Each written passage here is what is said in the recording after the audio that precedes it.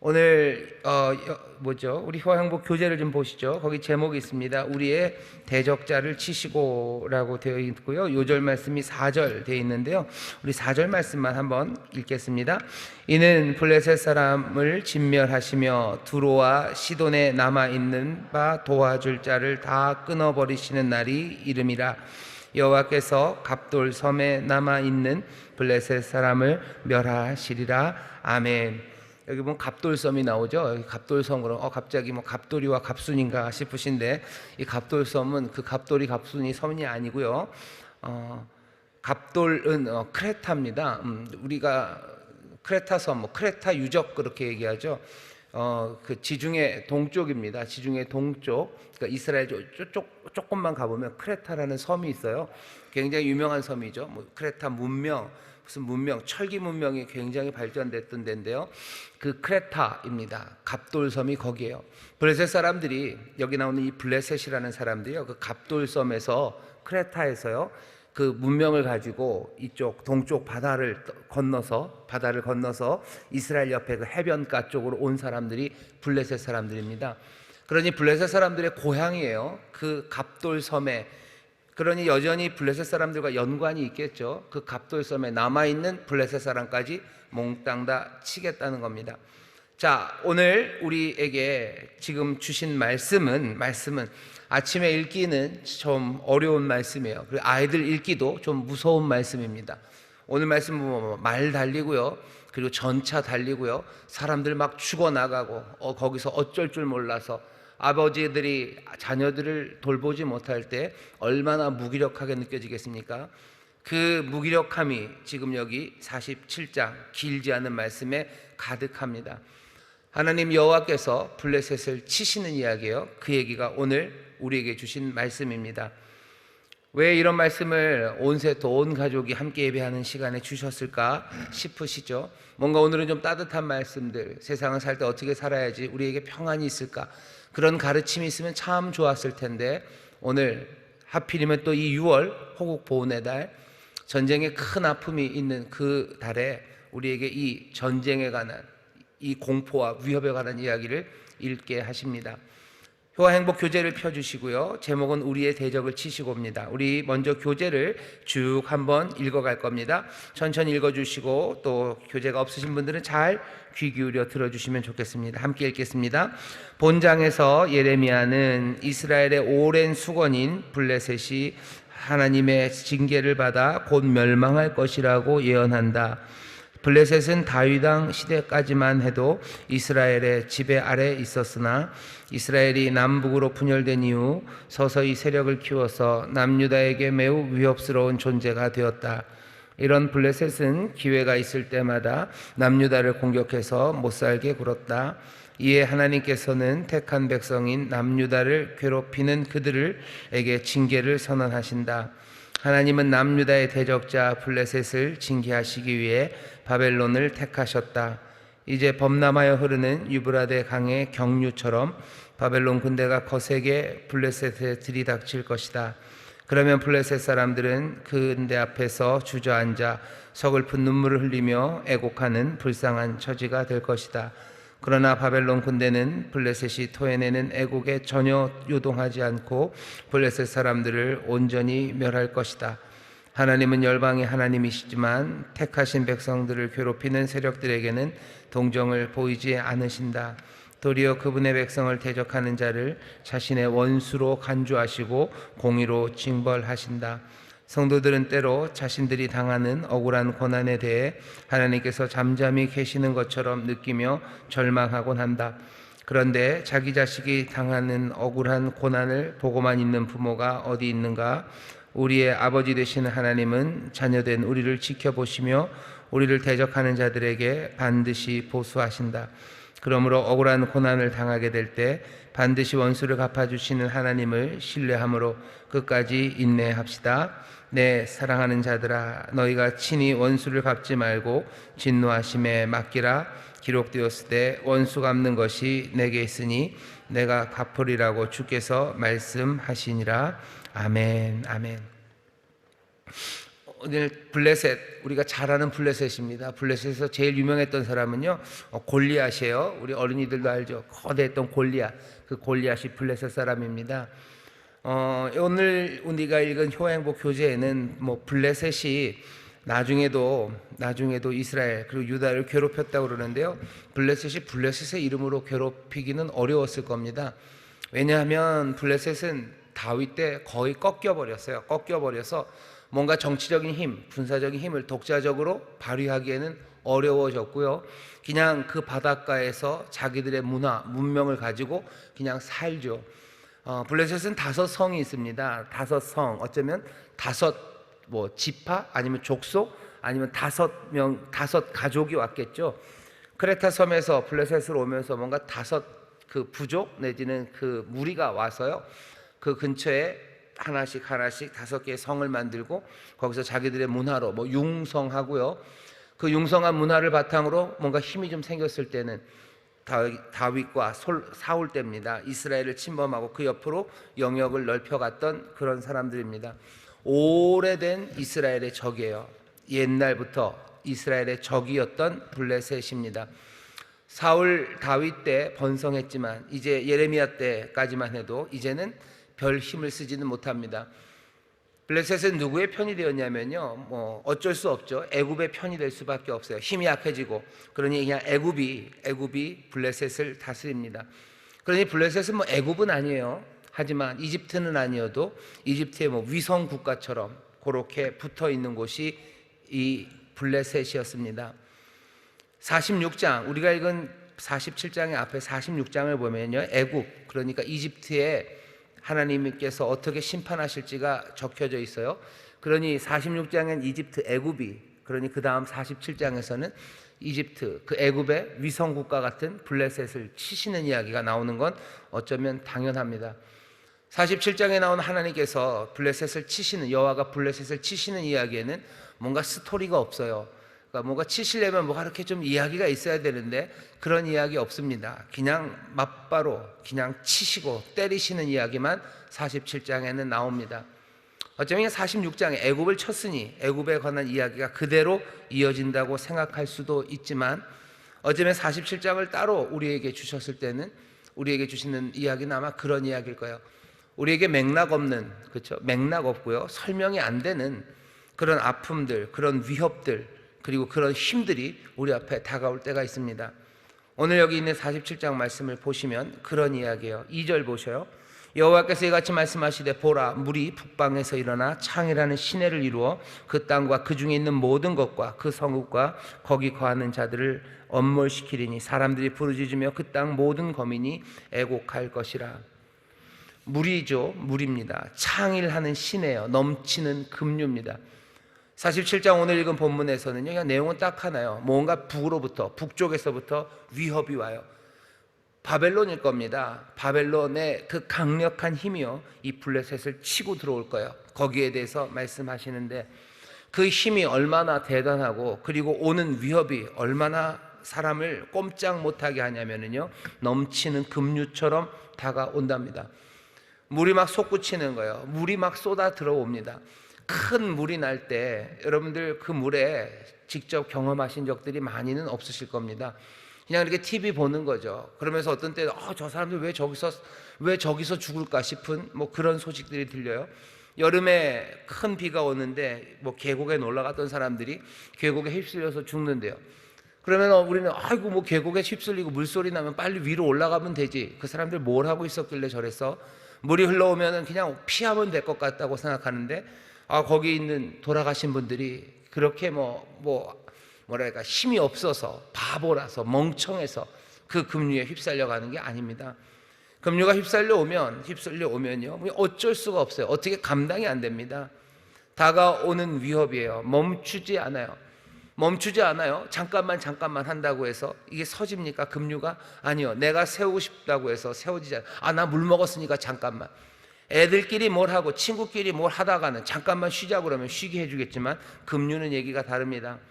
블레셋이 당하는 이 위협과 공포는요, 북으로부터 올 텐데 하나님이 말씀하시는 거예요. 북에서부터 아수르 그 제국입니다. 그 바벨론 제국이 블레셋을 쳐들어올 때 어떻게 될 거예요? 멈추지 않을 거예요. 멈추지 않을 겁니다. 멈추지 않는 공포가, 멈추지 않는 위협이 우리에게 다가와요. 숨 돌릴 틈도 없습니다. 숨 돌릴 틈도 없을 뿐만 아니라 저항할 수도 없어요.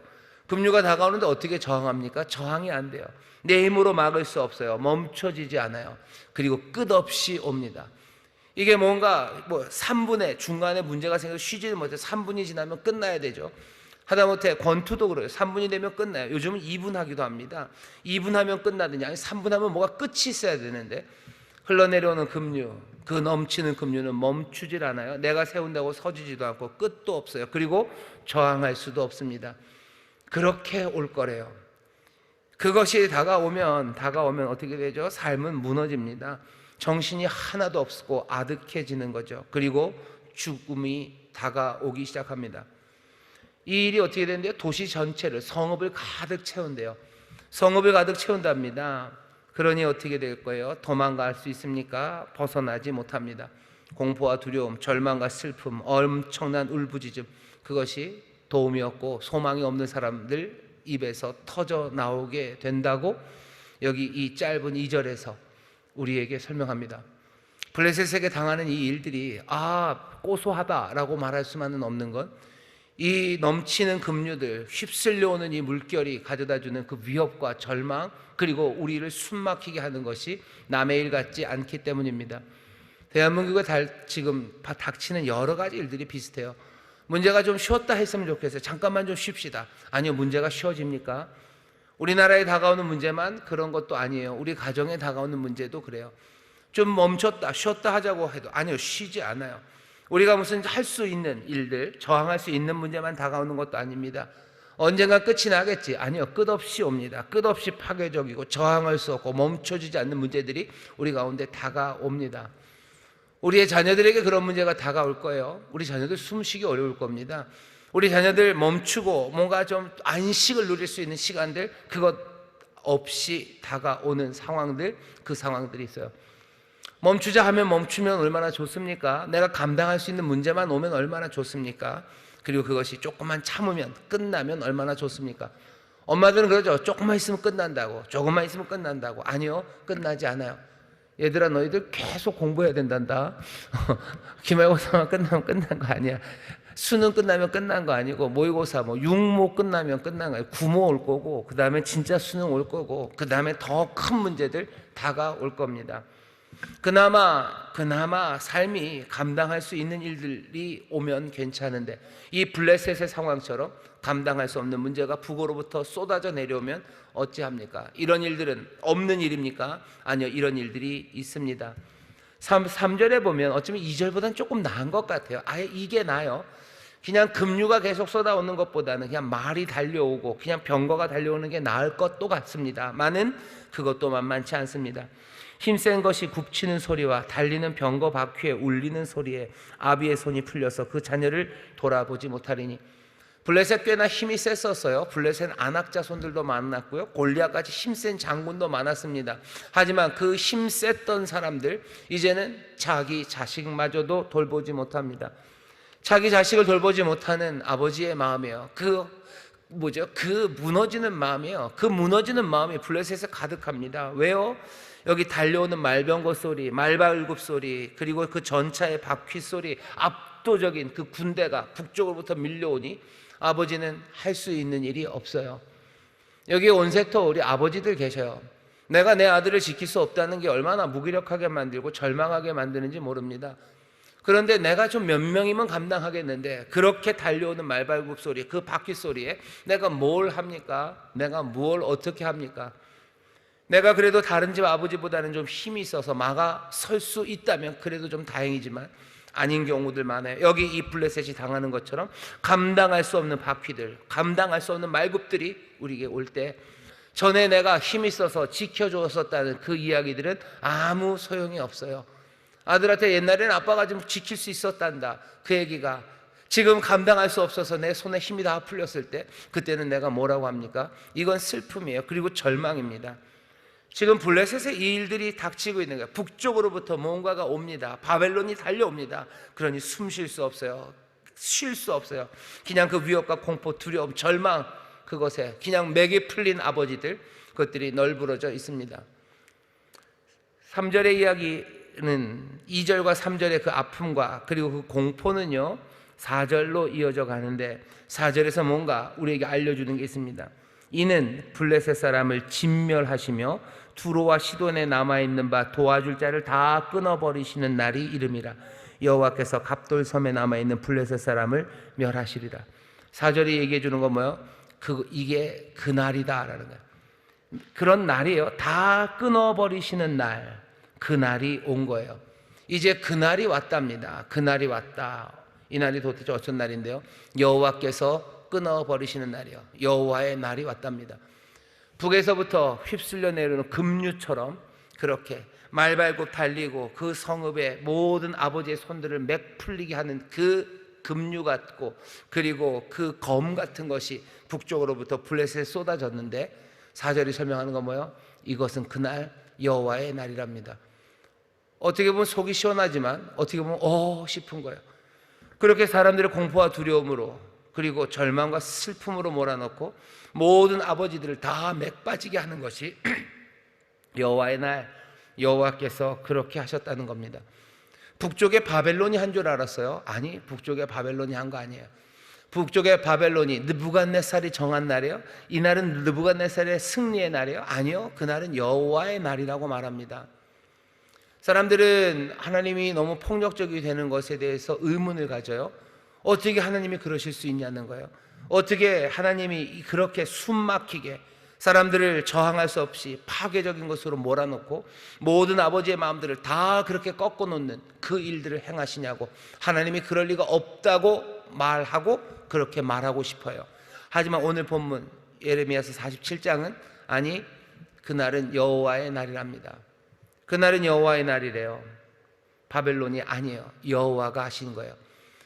우리는 세상에 있는 악한 것들, 그리고 세상에 우리를 막 죽음으로 몰아넣는 그 폭력적인 일들은 하나님과 상관없기를 바라요. 하지만 성경은 아닙니다. 그 모든 폭력적인 일들 하나님께서 다 내가 한 거다라고 얘기하셔요. 피하셔야 될 텐데, 그렇게 나쁜 것과는 연관이 안 되시는 게 좋을 텐데, 아니요, 하나님이 그거 연관 안 되려고 뭐 하신 일을 안 하셨다고 하실 분도 아니셔요. 그럼 하나님이 정말 하신 거면 하나님이 정말로 폭력적인 하나님 아닙니까? 하나님은 그렇게 세상을 막 만드시는 분 아닙니까? 그렇게 말할 수 있어요. 하지만 하나님은 거기에 대해서 변명하지 않으십니다. 그리고 오늘 본문에 보면 설명하지도 않으셔요. 내가 왜, 그리고 블레셋이 왜 이런 일을 당해야 될 만큼 악한지에 대해서 뭔가 이야기해 주지 않으셔요.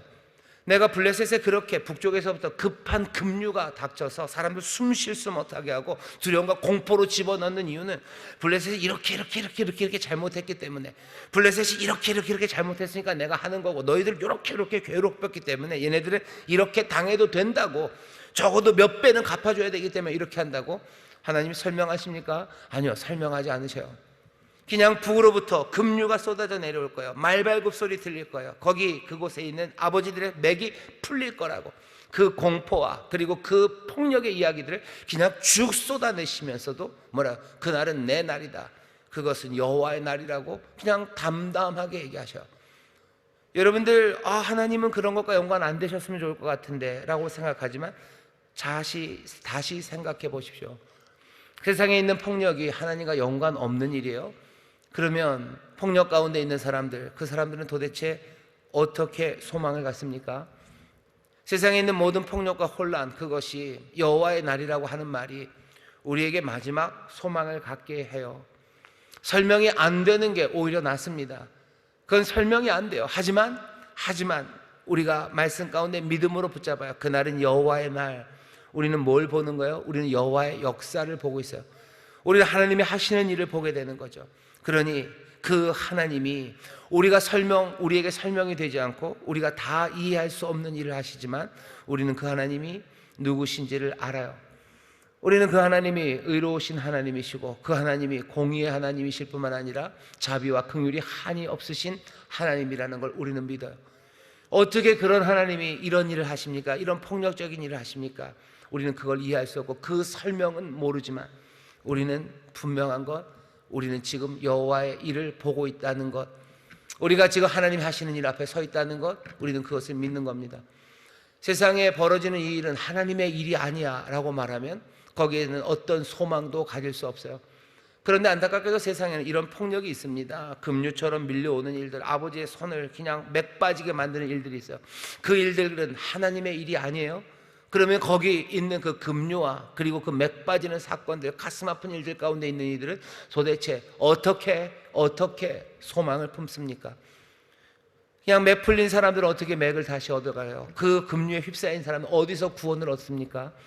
그날은 여호와의 날이 아닌데, 그것은 정말로 아주 순전하게 악한 날인데, 그날은 정말로 그냥 폭력이 다스리는 날이라면 그 폭력과 슬픔 가운데 있는 사람들은 어떻게 일어나요? 사람들은 하나님께서 폭력과 연관 없어야 된다고 얘기해요. 아니, 하나님은 이 땅에 폭력과 연관이 있어야 합니다. 이 땅의 모든 숨막히는 일들과 여호와께서 연관이 되어 있어야 돼요. 아니, 오히려 그날이 여호와의 날이어야 돼요. 그래야 우리는 설명할 수 없고 이해할 수 없어도 소망을 품을 수 있는 겁니다.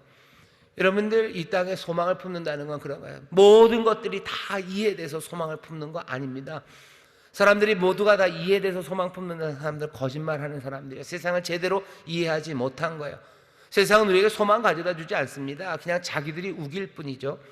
지금 이 땅에 소망이 있습니까? 사람들 소망이 있다고 그래요. 소망이 있죠. 뭐가 그렇게 소망입니까? 뭘로 소망을 가질 것 같으셔? 사람들은 지금 소망을 갖는 게요, 제가 알기로 그냥 과학, 거기에 하나 모든 것을 다 걸고 있는 것 같아요. 과학이 우리를 살릴 거래요. 핵으로 인해서 어려움이 있지만 과학이 그 문제를 해결할 거예요. 자원에 여러 가지 어려움이 있고 환경에 어려움이 있지만 과학이 그것을 해결할 거예요. AI가 해결할 거예요. 챗인가요? GPT 챗인가요? 그게 우리의 문제를 해결할 거고, 여러 가지 과학이, 기술의 발전이 우리의 문제를 해결할 거라고 낙관적인 전망들, 소망을 품습니다. 하지만 그게 다는 아니죠. 이 땅에 절망의 이유도 얼마나 더 많은지 몰라요.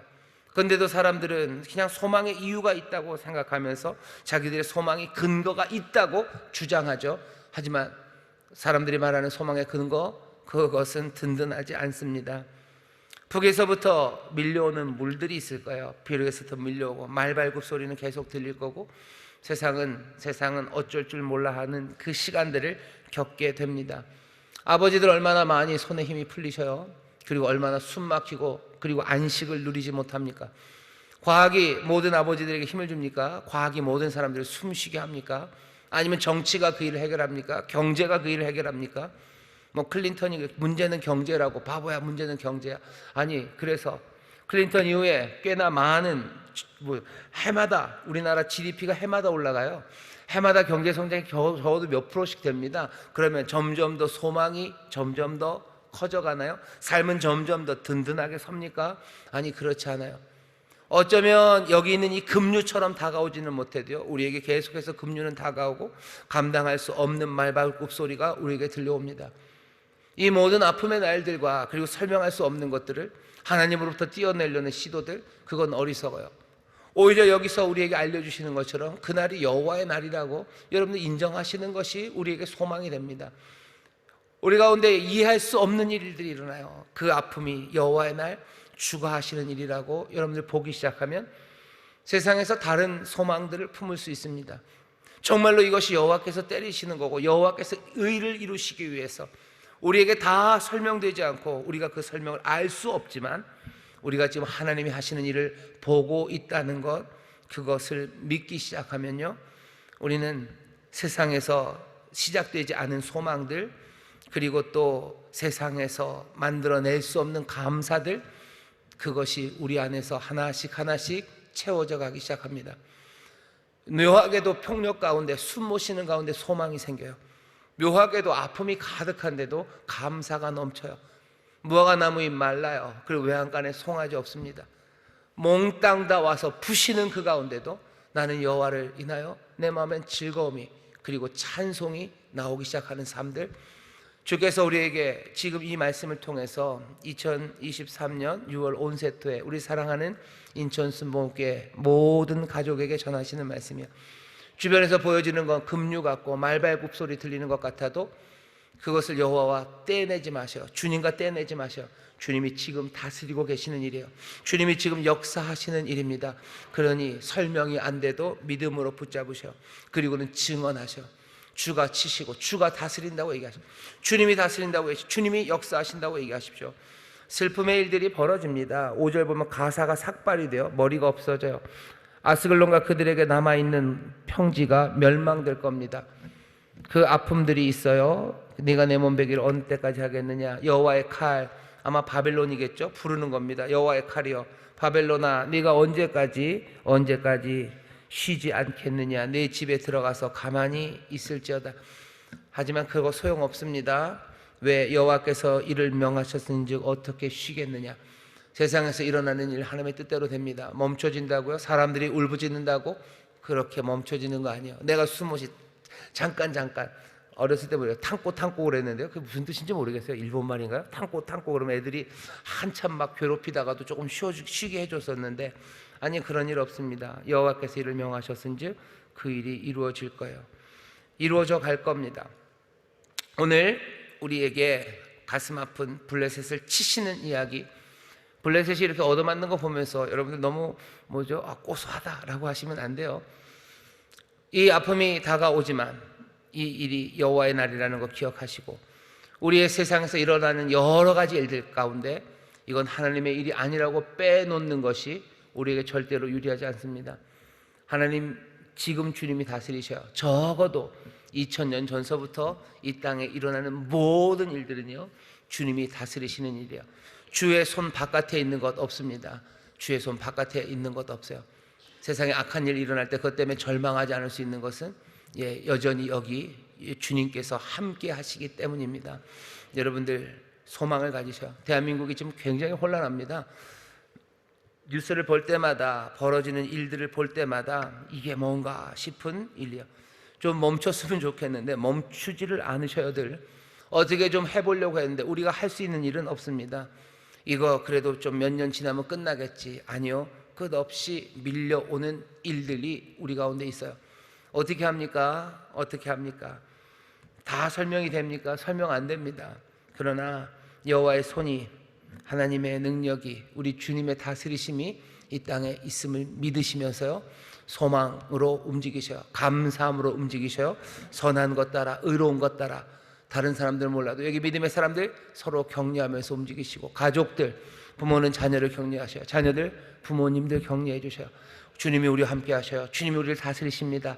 여러분들, 이 귀한 고백이 우리 가정에서 넘쳐나기 시작할 때, 이 숨막히는 시절, 우리의 손에 힘을 툭툭 다 풀어내는 이 시절에도 다시 한번 주의 능력이 아버지들 일으켜 세우시고, 또 하나님의 위로가 우리를 숨쉬게 하셔서 정말로 이 어두운 세상의 빛으로, 이 사망의 권세가 다스리는 세상에서도 하나님의 부활의 생명으로 멋지게 하나님의 뜻을 이루는 하나님의 백성으로 우리 모두가 살아가게 될 줄 믿습니다.